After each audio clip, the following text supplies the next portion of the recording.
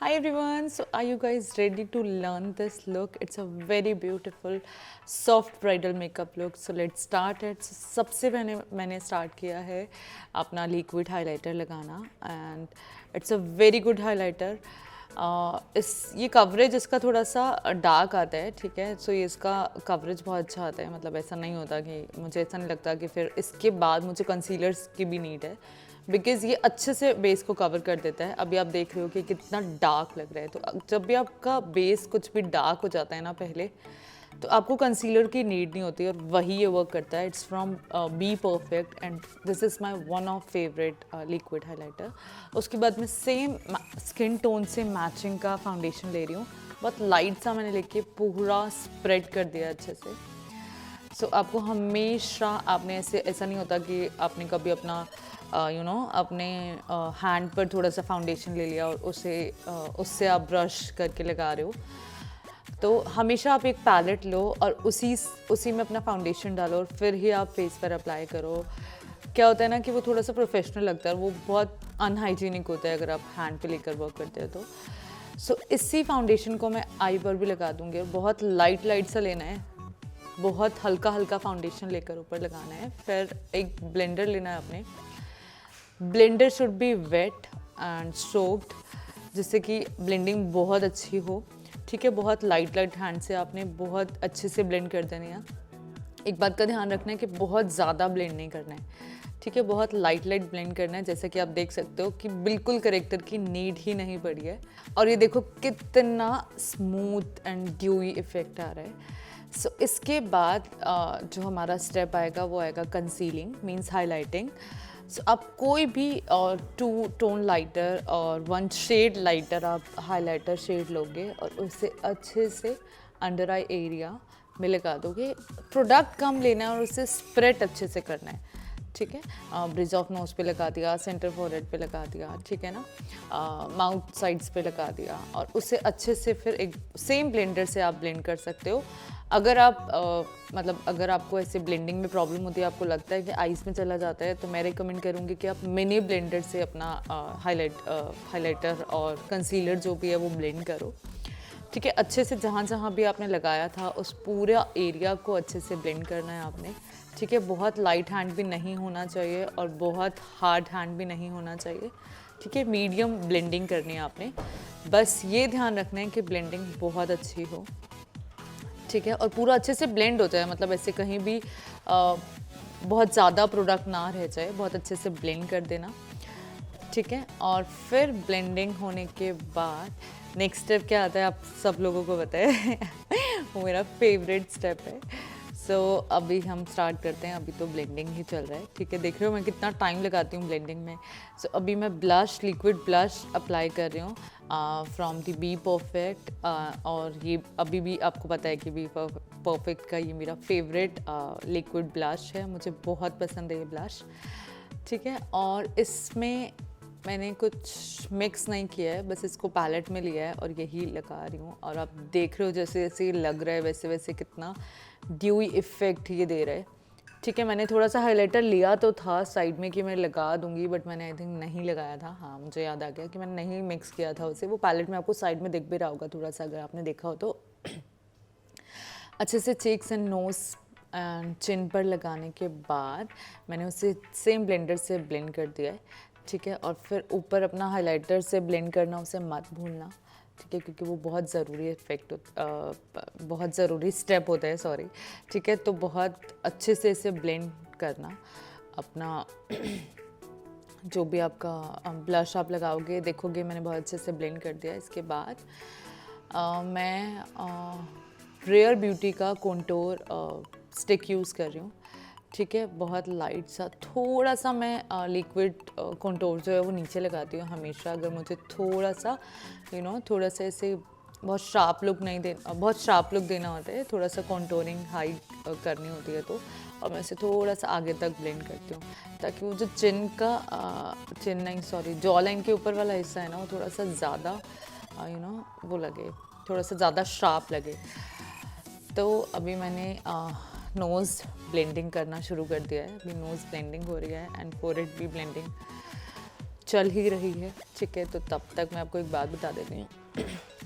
देखो, आपको बहुत बहुत मेहनत करनी पड़ती है जब आप ऐसे मेकअप करना शुरू करते हो तो, ठीक है। बहुत मेहनत करनी पड़ती है मेकअप करने के लिए, मेकअप सीखने के लिए। आप ऐसा मत सोचना कि आप बस आपने शुरू किया और नहीं हो रहा और गिव अप कर लिया।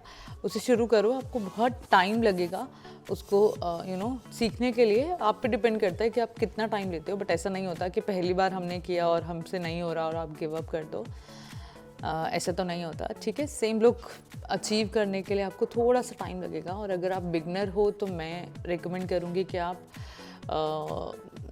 बिगनर हो तो मैं हमेशा ही रिकमेंड करूँगी सबको कि प्लीज़ पहले कहीं से भी एक अच्छा सा मेकअप कोर्स करो, ठीक है। उससे क्या होता है, मैंने बहुत बार आप लोगों को बताया होगा कि कभी भी हम लोग ना ऐसे सिर्फ उससे मेकअप नहीं सीख सकते, सिर्फ यूट्यूब से मेकअप नहीं सीख सकते। ये बहुत बड़ा फैक्ट है।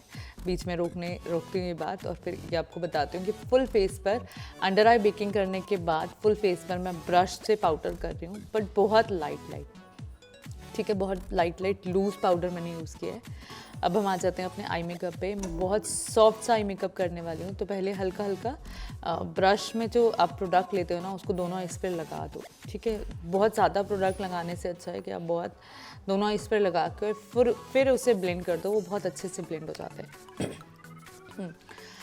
ब्लेंड करने के बाद मैं थोड़ा सा साइड जो है वो क्लीन कर लेती हूँ, ठीक है। मुझे ऐसे साइड में बहुत ज़्यादा आता हुआ अच्छा नहीं लगता। उसके बाद मैंने फॉरएवर 52 की ब्राउन पेंसिल यूज़ किया और अब मैं इसे स्मर्ज कर दूँगी एक स्मर्जर से, ठीक है। स्मर्जर से स्मर्ज कर देती हूँ। तो आप ये लोग ट्राई करते रहना, ठीक है। बिगनर को थोड़ा सा मुश्किल होगा बट हो जाएगा। अगर आपने कोर्स छोटा भी किया हुआ है तो भी चलेगा, क्योंकि आपको पता लग जाता है। बट हाँ, मैं ये बता रही थी आपको कि आपको पर्टिकुलर एरियाज़ पता होने, बहुत सारी ब्रांड्स की नॉलेज होनी, और आई शेप्स, फेस शेप्स, और कौन सा प्रोडक्ट कहाँ लगाया जाता है, कैसे लगाया जाता है, क्यों लगाया जाता है, इसका नॉलेज होना बहुत ज़रूरी होता है। सो आप प्लीज़ कहीं से भी कोर्स करो, बट करो। अगर आपको हमसे कोर्स करना है तो हमारा जो नेक्स्ट बैच है वो स्टार्ट होने वाला है 5 फरवरी से, और उसमें बहुत ही लिमिटेड सीट्स अवेलेबल है। So if you want to guys learn the best makeup, come and join our academy. अब मैंने बहुत लाइट सा शिमर लिया है और मैंने उसी को बस स्प्रेड कर दिया फुल आइज पर। इनर टू आउटर कॉर्नर दोनों एरिया आपने कवर करने हैं।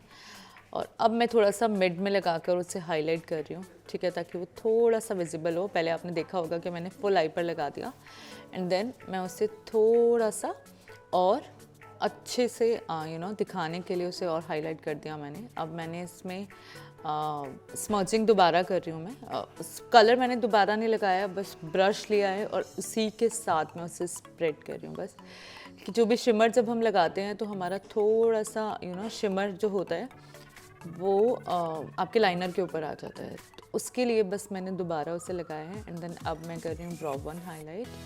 तो ब्रो बोन हाईलाइट मैं जिस ब्रश से कर रही हूँ, ब्रश बहुत परफेक्ट है, ठीक है। ये मेरे ही ब्रांड का ब्रश है और ये सिर्फ स्टूडेंट्स के लिए अवेलेबल होता है। सो अभी मैंने ब्रश जो है उससे हाईलाइट कर दिया था ब्रो बोन। अब मैं सेम ब्राउन कलर लेकर आईब्रोज़ भी मैंने कर दिया है, ठीक है, ब्राउन कलर से। अब मैं कॉन्टोर पैलेट लेकर अपना एंड साइड कॉन्टोर कर रही हूँ, ठीक है। बहुत अच्छे से करना है आपने और ध्यान रखना है कि कोई भी शार्प लाइन ना विजिबल हो। बहुत अच्छे से ब्लेंड कर देना। और वैसे जब आप क्रीम कॉन्टोर करते हो ना, आपको ब्रॉन्जिंग बहुत ज़्यादा करने की नीड नहीं होती। आप थोड़ा सा भी लगाओगे ना, वो अपने आप अपनी अपनी जगह बना लेता है अपने आप। उसको बहुत ज़्यादा अपने ऐसे एरियाज चेक करने की आपको ज़रूरत नहीं होती। इसके बाद मैंने नोज़ भी कंटूर कर दिया है। नोज़ मैंने पहले कंटूर कर दिया था, इसलिए मुझे स्पेसिफिक स्मॉल ब्रश की नीड नहीं पड़ी। बहुत लाइट सा लेकर मैंने उसी ब्रश से, सेम ब्रश से कर दिया। And now I am doing my favourite step which is blushing.